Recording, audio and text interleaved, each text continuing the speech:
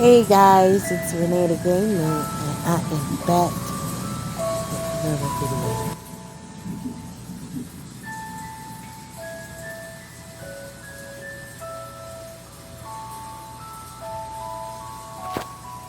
Just give me a second, you guys.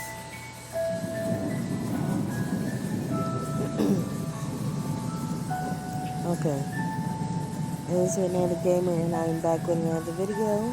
I am about to give you guys the next book of Asra. First, it's still gonna tell me that. Okay, I have already read through those three. Now, it's on to the cherry. Now, the next book is The Reunion.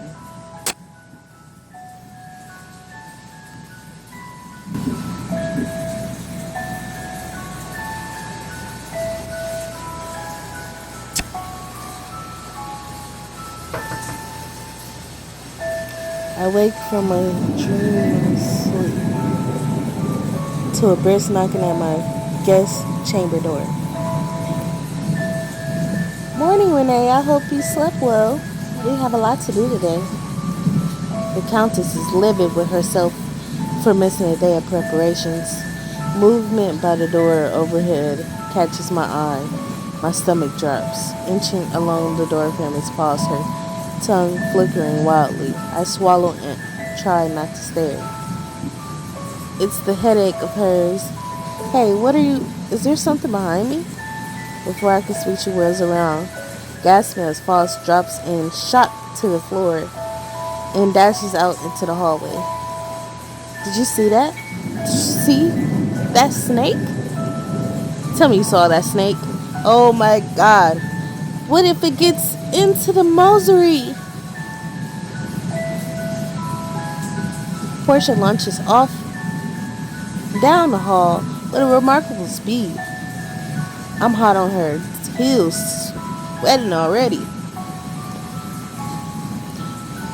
Okay, which way did it go? Renee? Do you see it?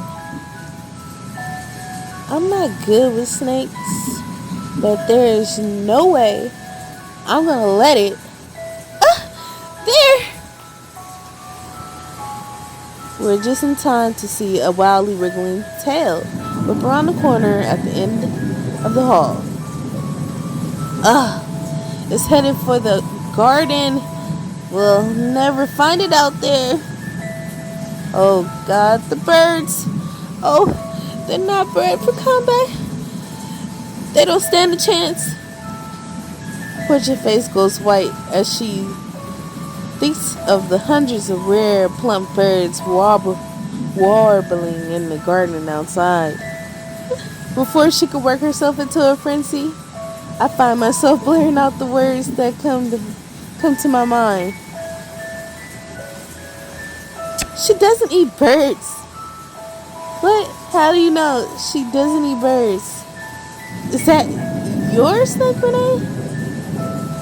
Suddenly we're knocked aside. It's the Chamberlain, somersaulting towards the Vernard. A million pardons, I must reach the Countess. We stop and exchange a cringe, then hurry after. As we burst onto the Vernon, Nadia stands gazing out over the gardens. She doesn't turn right away. Oh, Renee, you're up early, I see.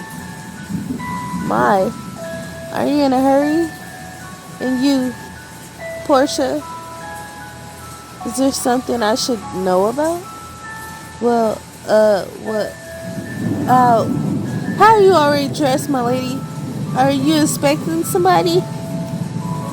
I had a feeling I might be now, if you would be so patient. The Chamberlain is very eager to speak with me. Yes, my lady. Announcing the arrival of the... Suddenly a hooded figure with a smoldering gaze steps up from the garden stairs, followed by the sounds of guards. The mysterious figure pulls two silver pitchers from under a trailing cloak. and pours out 2 arcs of sparkling liquid, which swirl together like a storm cloud. The spirals go until it takes on a human form. Just as the hooded figure drops under the weight of the 15 castle guards in a shower of sun. Oof. The magician, Asra. Guards, I told you all about this. Why have you tackled? They usually do. Hello, Countess. I know he said, they put that in there. Yeah, I know what that means. Like this whole scenario right here, him getting attacked, and they already knew that he was coming, but they attacked him anyway. Azrael? He brings his hat to his chest, dropping to a knee. How I've longed to put a face to that name. My name? What's a magician's name to a countess? I wonder. You're far younger than I imagined. Am I? You're even more magnificent than I remember. Remember? I was a lot younger when you came to the town, a face in the crowd at your arrival, all those years ago. With a twist of faith, we should have a first meeting again. I'll try to make a last impression. That being said, I hope you'll forgive me if this is out of line. Now he quirks a brow as Azar approaches me and fixes his eyes on me, throws his arms around me, and squeezes me tight. I feel like his heart is overflowing, spilling into mine, making my chest thrum all the way out to my fingertips as they clutch his back. I see you miss your apprentice. How sweet. She has been a most entertaining guest. Of course, wherever she goes, chaos follows. Never a dull moment.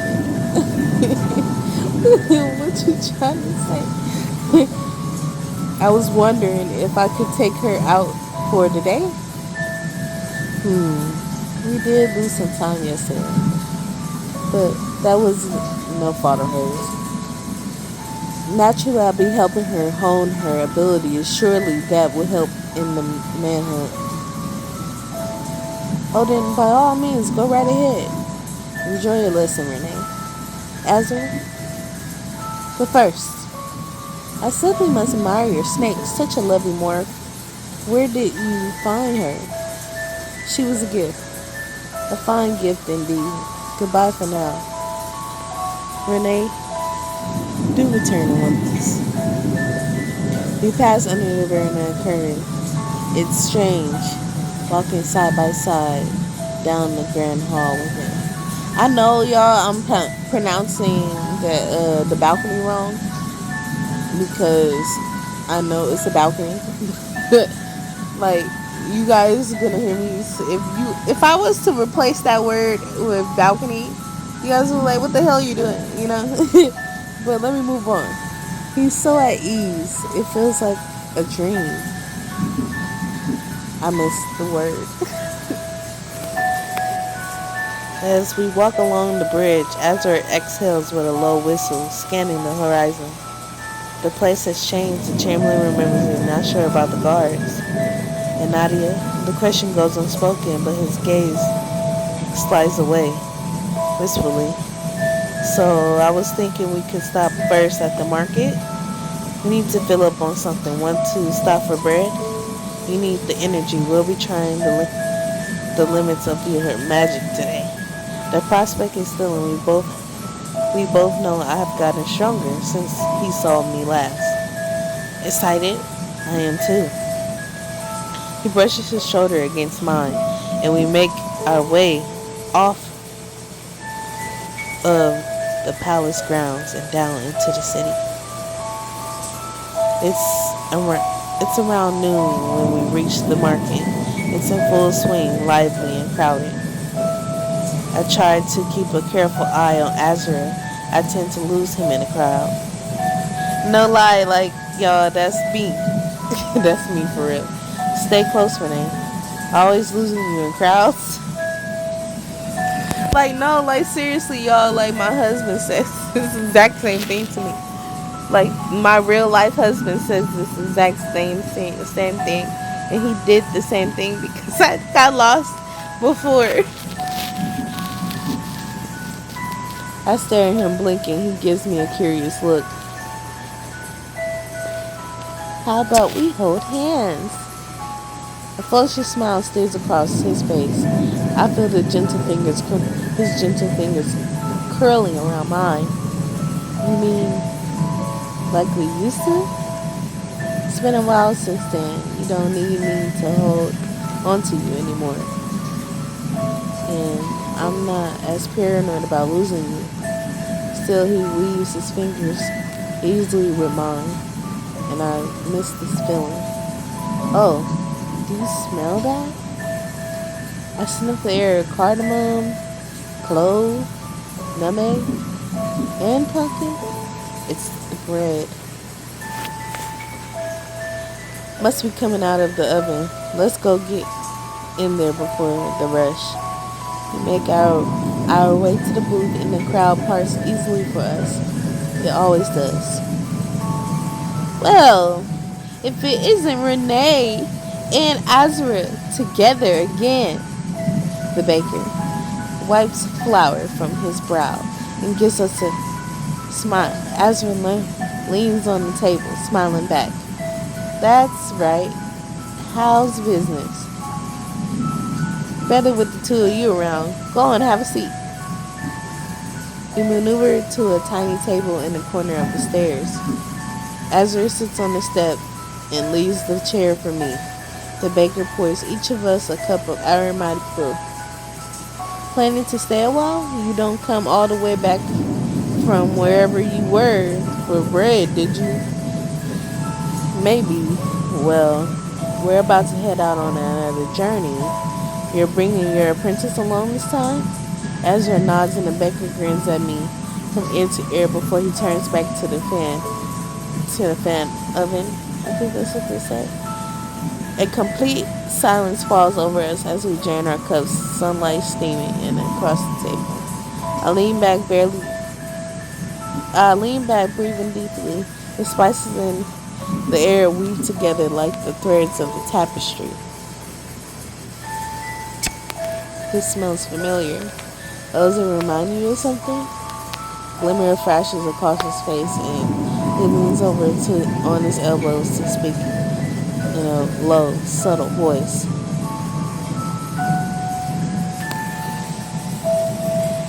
Smell has a way of bringing you back, doesn't it? To an exact moment, a whole experience long forgotten. It's unique that way. Here you are, one for Renee and one for Azra. Careful, they're hot. The baker lays 2 steamingly loaves in parchment and wraps them for the road. Azra leans back. Cautiously, the baker presents his hands to Azra. He turns them over to examine the knuckles. They bear a few pink scars. Azra rubs his thumbs over them until they disappear. You're amazing. Thank you. Take care of each other, you two. We will. We say goodbye. So we say our goodbyes to the baker and cross the stairs and pass right in front of a small, dusty fortune teller's booth. Azra notices me ghosting past and gives me a sneaky smirk. What? What is it? Are you avoiding a fortune teller? He sighs deeply. I thought I told them to lay off. It's a shame they might not be the best in town. They give a pretty good love reading. Hey, what if I glamour dust? Then you don't have to worry. He really wants to get a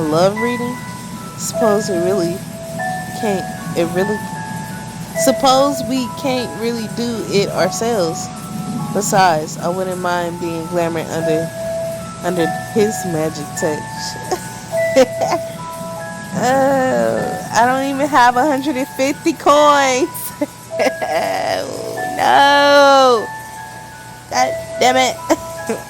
Let's keep going. Like I said, I don't have coins. I'm just gonna pick the bottom while briskly past the booth. Like I said, you guys, I know what's gonna happen. I don't care. I just wanna read it to you guys. I walked briskly past the fortune teller's booth as her barks with laughter trailing after me and laying a comforting hand on my shoulder. Okay, you don't want to get a love reading, fair enough. Well, I think I have everything else we need. Come, Renee, we're going off the path. I have no idea where we're going, but I'm curious to find out. Eventually, our paths take us to the edge of the woods. The sun is high overhead, dappling down through the leaves onto the path ahead. This is the right light to find our way. Perfect timing. Sorry, I'm trying to get comfortable in my bed. I got air conditioners on, fans on. This is the right light to find our way. Perfect timing. Oh shit.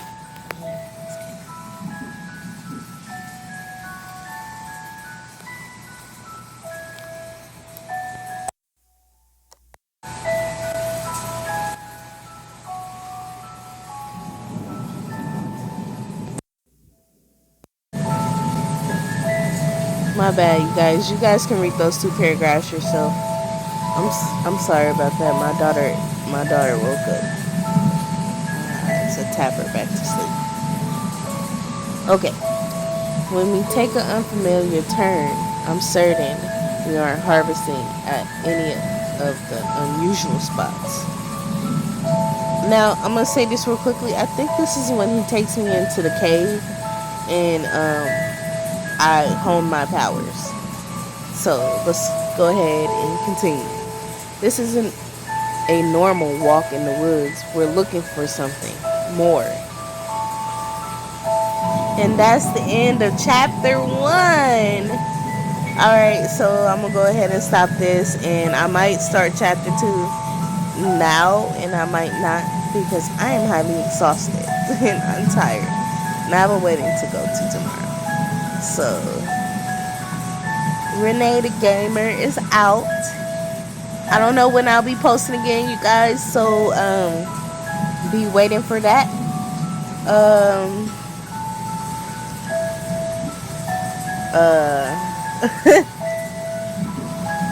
Well, I'm out. Like, comment, subscribe. I know there's other people out there that's probably doing it better than me, but I'm trying and I'm doing my best and I'm opening myself up to. But again, I may and I may not decide to do chapter 2 now because I need to get rest because I have to go to a wedding tomorrow. Alright guys, everybody have a nice day, have a nice night, have a nice evening, and I am signing off. Rinaye the Gamer is out.